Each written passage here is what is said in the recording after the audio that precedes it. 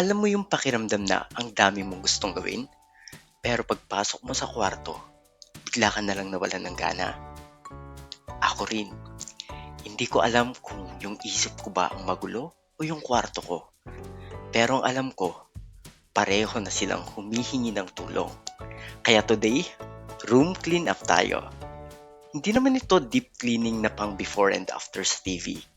Ang goal lang natin ay gawing maaliwalas ulit ang paligid para baka sakaling sumunod na ring luminaw ang isip natin.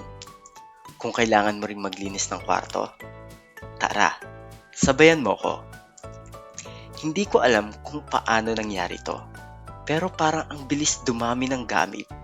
Yung isang damit na hinubad ko kahapon, bigla na lang nagkaroon ng 10 kaibigan. At ito pa, yung mga random na gamit na hindi mo alam kung bakit nasa kwarto. May papel noong isang linggo at ballpen na hindi na sumusulat pero ayaw mo pa ring itapon. Sinasabi nila, your room reflects your mind. Kung totoo yun, medyo traffic yata utak ko ngayon. Kung isa-isahin natin, itupi ang mga damit, ibalik ang mga gamit sa tamang lugar, itapon ang mga basura, at punasan ang mga ibabaw. Habang naglilinis, napapansin ko rin na parang gumagaan yung pakiramdam ko. Hindi dahil tapos na agad, kundi dahil may progress. Minsan kasi, hindi naman natin kailangang ayusin agad ang buong buhay natin. Minsan, sapat nang magsimula sa isang maliit na bagay. Isang mesa, isang sulok, o isang kwarto. At nakatutuwa kasi habang unti-unting lumilinis ang paligid, parang nababawasan din yung ingay sa isip.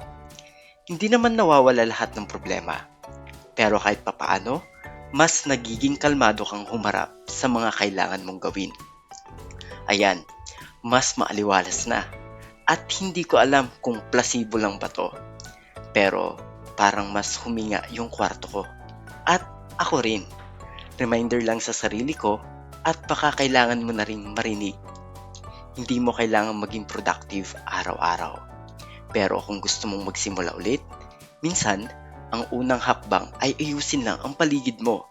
Small progress is still a progress. Ngayon naman, oras na para i-enjoy ang malinis na kwarto bago ulit ito maging bodega. Salamat sa pagsama sa aking paglilinis. Kung naglilinis ka rin habang pinanonood mo to, sana natapos mo na rin. See you sa next vlog.